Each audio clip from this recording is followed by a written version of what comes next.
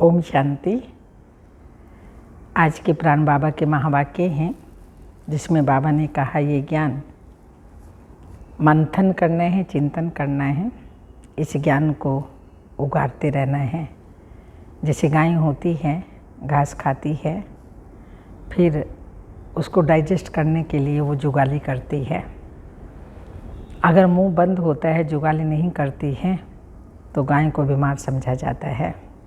ठीक इसी तरह से बाबा भी बच्चों को कहते हैं ये ज्ञान सुनना है, सुन कर के उगाड़ना अर्थात विचार सागर मंथन करना है। जितना ज्ञान को उगाड़ेंगे, विचार सागर मंथन करेंगे, ये डाइजेस्ट होगा, हजम होगा, और हजम होगा, ब्लड बनेगा जैसे स्थूल भोजन में, और फिर वो व्यक्ति शक्तिशाली बन जाता है। ऐसे ही हमें शक्तिशाली बनना है, ज्ञान को मंथन चिंतन करके, तब ये धारणा होगी। इसके साथ साथ बाबा ने कहा सदा स्वस्थ रहने के लिए ये ज्ञान मुरली है, ये भोजन है। इस ज्ञान भोजन को करेंगे और धारण करेंगे तो आप सदा स्वस्थ रहेंगे, व्यस्त रहेंगे और सदा मस्त रहेंगे।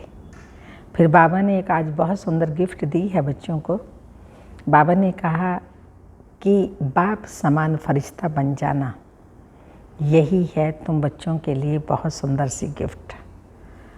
तो ये गिफ्ट जब हम लेते हैं तो बाबा का कहना है कि बच्चे कोई भी उल्टी सुल्टी बात सुनाता है वो तुम्हें सुननी नहीं है। अगर वो सुनाता है तो उसकी बात को डाइवर्ट कर देना है, चेंज कर देना है।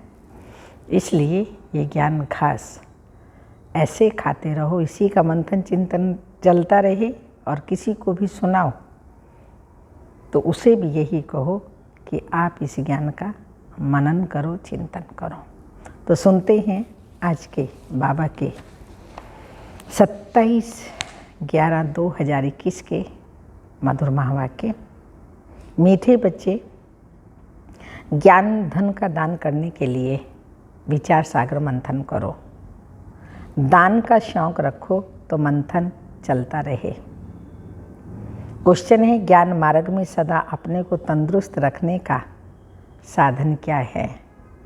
आंसर, सदा अपने आप को तंदुरुस्त रखने के लिए बाबा द्वारा जो भी ज्ञान घास अर्थात मुरली मिलती है उसे खाकर फिर उगाड़ना चाहिए, अर्थात मंथन करना चाहिए।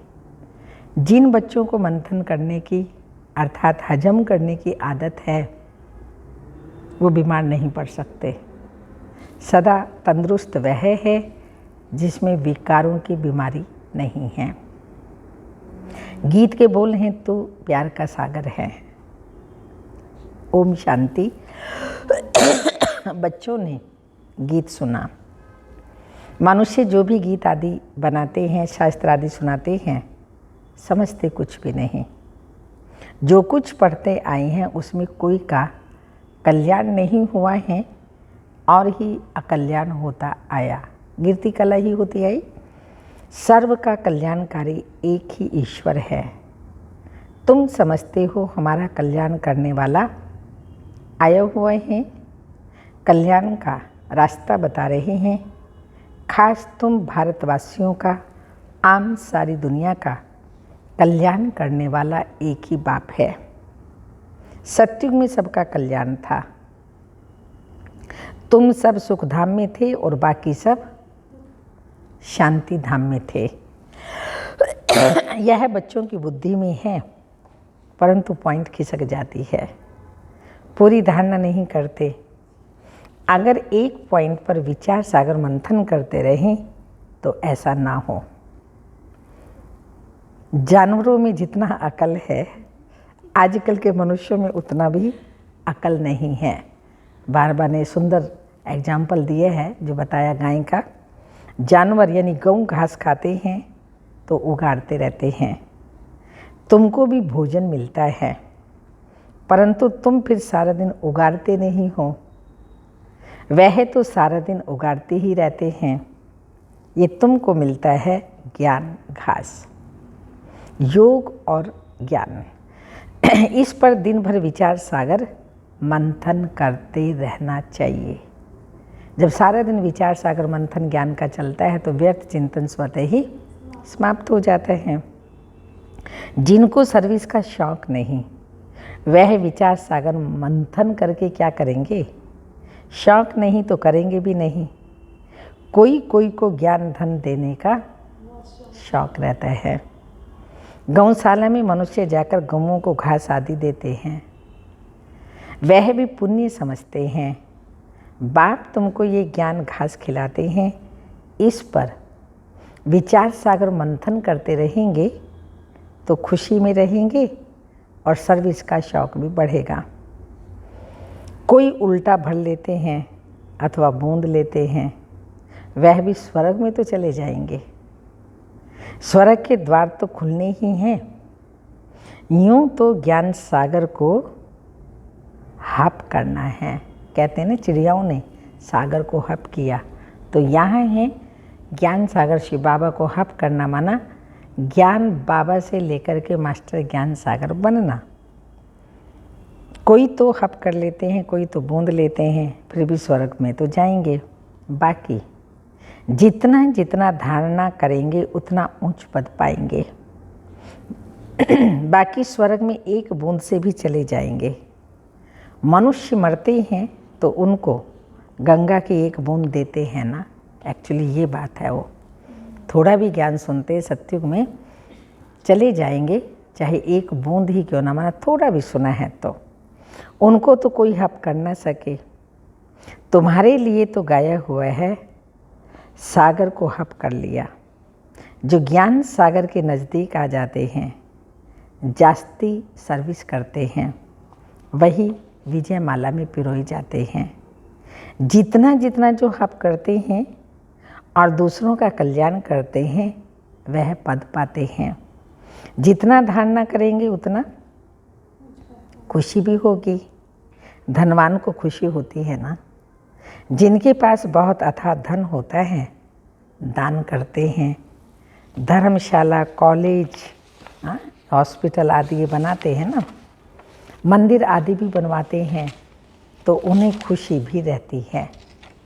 यहाँ तो तुमको मिलते हैं अविनाशी ज्ञान रतन, 21 जन्मों के लिए अविनाशी खजाना, जो अच्छी रीति धारण कर फिर भी करते हैं, धारण कर फिर दान भी करते हैं, उन्हें फिर अच्छा पद मिलता है। कोई कोई बच्चे लिखते हैं, बाबा हमको दिल होती है नौकरी छोड़ें।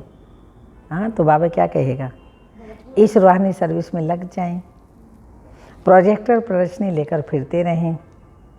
एक बूंद भी कोई को मिलेगी तो कल्याण हो जाएगा। सर्विस का बहुत शौक है। बाकी हर एक की अवस्था को बाबा जानता है।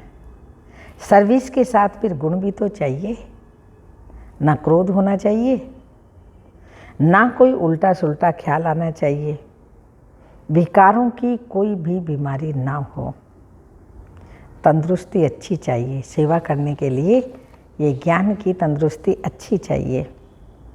जिनमें विकार कम है, बाबा कहेंगे, हाँ बाबा कहेंगे तंदुरुस्त है, बाबा महिमा करेगा ना। गाया हुआ है कौन कौन महारथी हैं, उन्होंने फिर असुर और देवताओं की लड़ाई दिखाई है। देवताओं की जीत हुई। अब हमारी लड़ाई है 5 विकारों रूपी असुरों से। और कोई किस्म के मनुष्य असुर नहीं होते, आसुरी गुण होते हैं, उनको असुर कहा जाता। दैवी गुण होते हैं, उनको देवता कहा जाता। बाकी कोई शक्ल से असुर देखने में ऐसे नहीं। और ये तो स्वाभाविक है। अगर किसी के अंदर क्रोध है, क्रोध का चेहरा देखो कैसा लाल पीला होता है। काम वृत्ति है, उनका चेहरा देखो। और जो प्रेम स्वरूप आत्मा है, सुख स्वरूप आत्मा है, पवित्र स्वरूप आत्मा है, उनका चेहरा देखो कैसे रूहाब होता है, रूहानियत होती है चेहरे पर। चेहरे के पीछे एक ओरा होता है। तो इसलिए बाबा ने कहा, उन्होंने फिर असुर और देवताओं की लड़ाई दिखाई है। देवताओं की जीत हुई। अब हमारी लड़ाई 5 विकारों रूपी असुरों से है। और कोई किस्म के मनुष्य असुर नहीं होते। जिनमें आसुरी स्वभाव है उनको ही असुर कहा जाता है। नंबर 1 आसुरी स्वभाव है काम का, इसलिए सन्यासी भी इसे छोड़ भागते हैं। इन आसुरी अवगुणों को छोड़ने में मेहनत लगती है। रहना भी ग्रस्त व्यवहार में है, परंतु घर बार नहीं छोड़ना है, आसुरी स्वभाव छोड़ना है। पवित्र बनने से मुक्ति, जीवन मुक्ति मिलती है। कितनी भारी प्राप्ति है। वह तो घर बार छोड़ भाग जाते हैं, प्राप्ति कुछ भी नहीं। इन चित्रों में कितनी अच्छी अच्छी बातें समझने की हैं। वे लोग तो सिर्फ चित्रों का शो करते हैं। सिर्फ चित्र देखने के लिए कितने जाते हैं, फायदा कुछ भी नहीं। यहाँ इन चित्रों में कितना ज्ञान है, इससे फायदा बहुत होता है।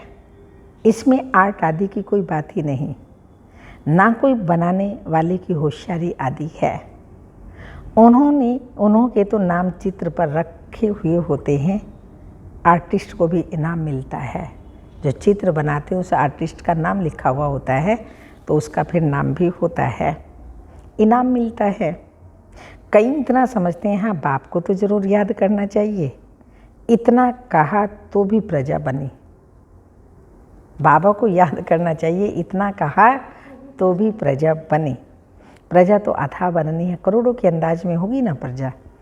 मैं तो हूँ ज्ञान का सागर, एक बूंद भी किसी को मिलने से स्वर्ग में तो आ ही जाएंगे। तुम समझते हो प्रदर्शनी मेले से बहुतों का कल्याण होता है। ईश्वर कल्याणकारी है ना, तुम्हारा भी कल्याण हो रहा है, परंतु इसमें फिर अपना विचार सागर मंथन चलता रहे, स्मृति में लाता रहे तो बहुत फायदा होगा। उल्टी सुल्टी बातें तो एक कान से सुन दूसरे से निकाल देनी चाहिए। बाप कहते हैं मैं तुमको बहुत अच्छी बातें सुनाता हूँ। नंबर 1 मुख्य बात है ही एक, कोई को भी बाप का परिचय दो। बस एक बाप को याद करो, वही सब कुछ है। भक्ति मार्ग में बहुत ऐसे होते हैं, बोलो आप तो ये बहुत अच्छा करते हो, उंगली से इशारा करते हैं, सब कुछ परमात्मा कराते हैं। वो सबका कल्याणकारी ऊपर में रहते हैं। रहती तो तुम आत्माएं भी वहाँ ही हो, परम धाम में। यहाँ सारी ज्ञान की बातें तुम अभी ही समझते हो। बाप कहते हैं बच्चे अभी तुम्हारा ये कपड़ा, शरीर रूपी कपड़ा सड़ गया है। सत्युग त्रेता में कितना अच्छा वस्त्र था, अब सड़ा हुआ वस्त्र कहाँ तक पहनेंगे। परंतु ये कोई भी समझते नहीं हैं। तो बाप आकर जब समझाएं तब तो समझे ना। अभी तुम बच्चे समझते हो ज्ञान देने वाला एक ही बाप है, और वह है सागर, ज्ञान का सागर। जो सागर हप कर लेते हैं वही विजय माला के दाने बन जाते हैं। वो सदैव सर्विस में तत्व पर रहते हैं। बाबा आए ही हैं बच्चों को पावन बनाने, पावन बनाकर फिर वापस जाना है।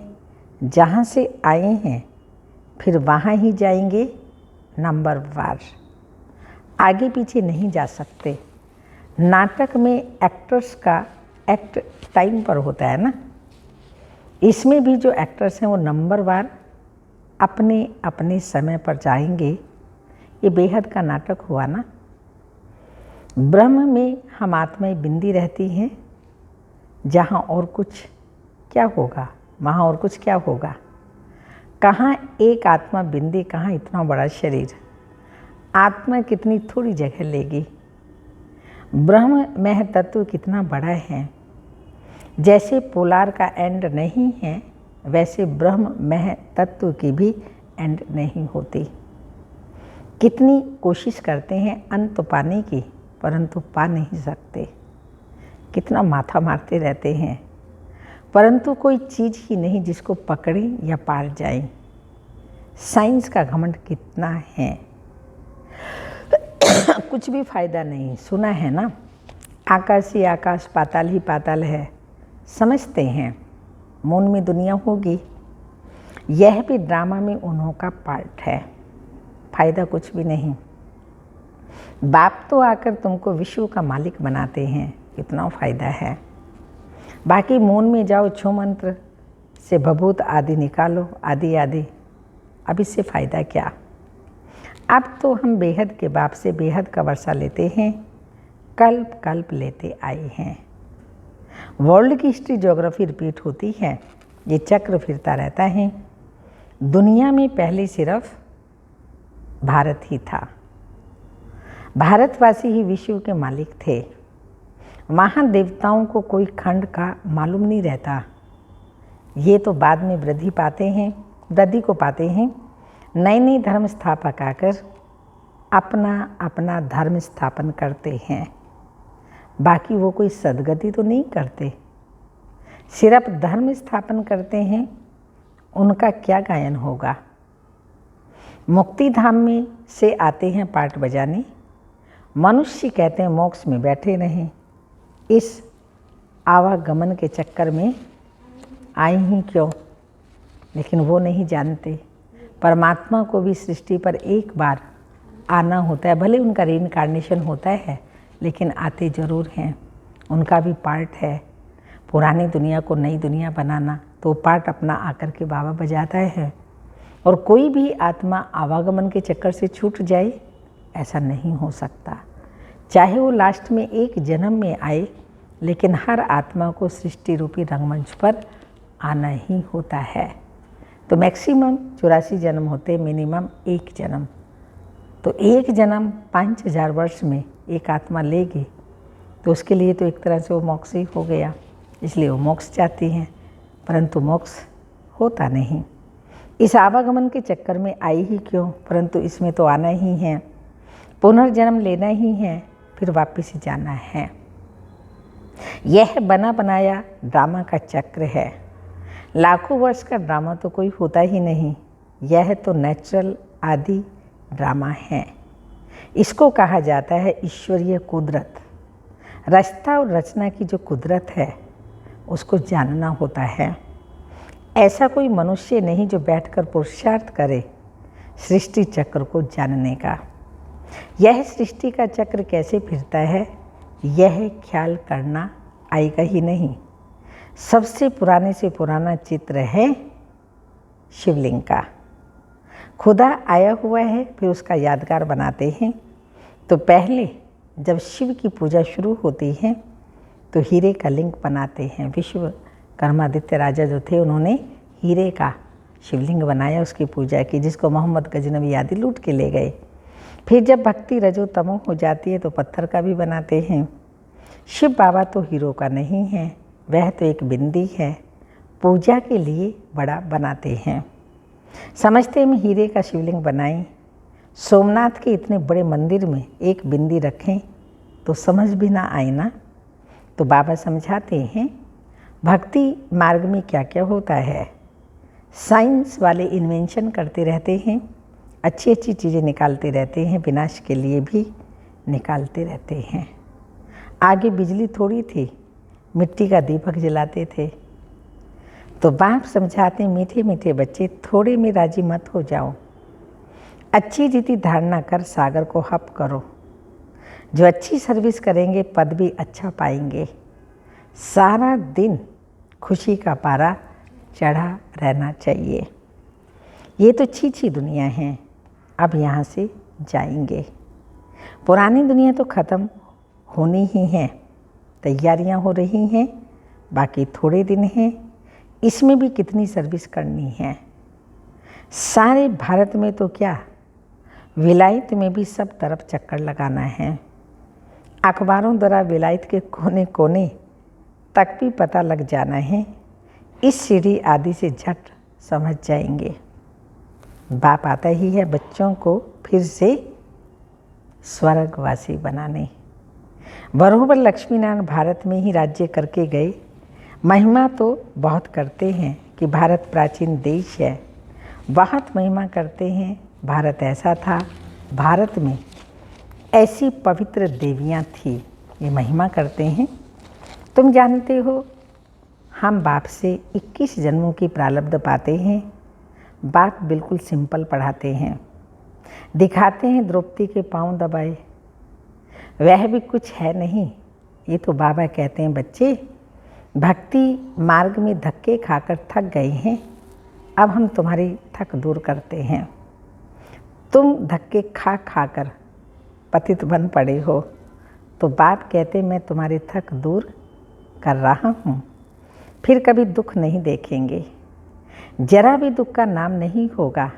बाकी पुरुषार्थ कर ऊंच पद पाना है, अच्छा पद पाएंगे तो कहेंगे ना इसने पास्ट जन्म में अच्छे कर्म किए हैं। गायन तो होता है ना, परंतु कोई जानते नहीं कि इन्होंने कब ऐसा पुरुषार्थ कर यह ऊंच पद पाया। अभी बाप तुमको ऐसे कर्म सिखलाते हैं, तुमको भी कहते हैं अच्छे कर्म कर ऊंच पद पाओ। यहाँ मनुष्य के कर्म विकर्म होते हैं, वहाँ तो है ही स्वर्ग। कर्म अकर्म होते हैं, वहाँ ये ज्ञान रहता ही नहीं। तो बाप कहते हैं कर्मों की गति मैं जानता हूँ। इस समय जो अच्छा कर्म करेंगे वो फल भी अच्छा पाएंगे, यह कर्म क्षेत्र है। कोई बहुत अच्छे कर्म करते हैं, कोई है जिन्हें सर्विस की ही तात लगी रहती है। पूछते हैं बाबा हमारे में कोई खामी है क्या? नहीं, सर्विस तो जितनी कर सकेंगे उतनी करेंगे, सर्विस वृद्धि को पाती रहेगी, सर्विस करने वाले भी निकलते जाएंगे। दिल में आथत है, बाकी थोड़ी रोज है। अब ऐसा पुरुषार्थ करे जो वहाँ भी ऊंच पद पाएं। बाबा ये ज्ञान घास खिलाते हैं, कहते हैं उगाड़ते रहो तो धारणा पक्की हो जाए, खुशी का पारा भी चढ़े। बहुत सर्विस करनी है, बहुतों को पैगाम देना है। तुम पैगंबर के बच्चे पैगंबर हो, एक दिन बड़े अखबारों में भी तुम्हारे चित्र पड़ेंगे। विलायत तक तो अखबारें जाती हैं ना, तो चित्रों से समझ जाएंगे। नॉलेज तो गॉड फादर ही देते हैं, बाकी मेहनत है मन मना भाव होने की। वो भारतवासी ही मेहनत करते हैं। अच्छा, मीठे मीठे सिक्के लदे बच्चों प्रति माता पिता बाप दादा का याद प्यार। Good morning, diamond morning. रूहानी बाप की रूहानी बच्चों को नमस्ते। हम रूहानी बच्चों की रूहानी माता पिता बाप दादा को याद प्यार। गुड मॉर्निंग, डायमंड मॉर्निंग, ओम नमस्ते। धारणा के लिए मुख्य सार हैं जो बाप अच्छी अच्छी बातें सुनाते हैं। बाबा जो अच्छी अच्छी बातें सुनाते हैं उन पर विचार सागर मंथन कर बहुतों का कल्याणकारी बनना है। उल्टी सुल्टी बातें एक कान से सुन दूसरे से निकाल देनी है। सेकंड पॉइंट है कोई भी आसुरी स्वभाव है तो उसे छोड़ना है। बाप जो ज्ञान घास खिलाते हैं उसे उगाड़ते रहना है। वरदान, सदा अपने पवित्र स्वरूप में स्थित रहे, अपने पवित्र स्वरूप में स्थित रहे। गुण रूपी मोती चुगने वाले होली हंस भाव। आप होली हंसों का स्वरूप है पवित्र और कर्तव्य है सदैव गुणों रूपी मोती चुगना। कर्तव्य है गुणों रूपी मोती चुगना, अर्थात हर आत्मा की विशेषताएं गुण देखना। अवगुण रूपी कंकड़ कभी भी बुद्धि में स्वीकार ना हो। किसी का भी अवगुण ना देखें तो बुद्धि में जाएगा ही नहीं। लेकिन इस कर्तव्य को पालन करने के लिए सदैव एक आज्ञा याद रहे, गुण हर एक के देखते रहें, अवगुण छोड़ दे। एक आज्ञा याद रहे, ना बुरा सोचना है, ना बुरा सुनना है, ना बुरा देखना है और ना बुरा बोलना है। ये आज्ञा सदा पालन करते रहें। जो इस आज्ञा को सदा स्मृति में रखते हैं वह सदा सागर के किनारे पर रहते हैं। हंसों का ठिकाना है ही सागर। स्लोगन है चलते फिरते फरिश्ता स्वरूप रहना, यही ब्रह्मा बाप की दिल पसंद गिफ्ट है। चलते फिरते फरिश्ता स्वरूप रहना, यही ब्रह्मा बाप की दिल पसंद गिफ्ट है। आज की तपस्या की पॉइंट है, ज्ञान मनन के साथ साथ, मुरली में भी बाबा ने यही कहा, ज्ञान का चिंतन मनन करना है। ज्ञान मनन के साथ साथ दो बातें और चाहिए, वो हैं शुभ भावना शुभ कामना के संकल्प, साकाश देने का अभ्यास। ये मन के मौन का ट्रैफिक कंट्रोल का टाइम मुकर्रर करो। विशेष एकांतवासी और खजानों के इकोनॉमी का प्रोग्राम बनाओ। एक नामी और एको नामी वाले बनो। एक नामी माना एक बाबा के नाम को याद रखना, स्मृति में रखना, और एक नामी इकोनॉमी वाले बनो। व्यर्थ से उनको ख़त्म कर इकोनॉमी अर्थात अपने जो खजाने हैं उनको भी व्यर्थ ना गंवाओ, स्वयं धारण कर औरों को भी धारण कराओ। ओम शांति।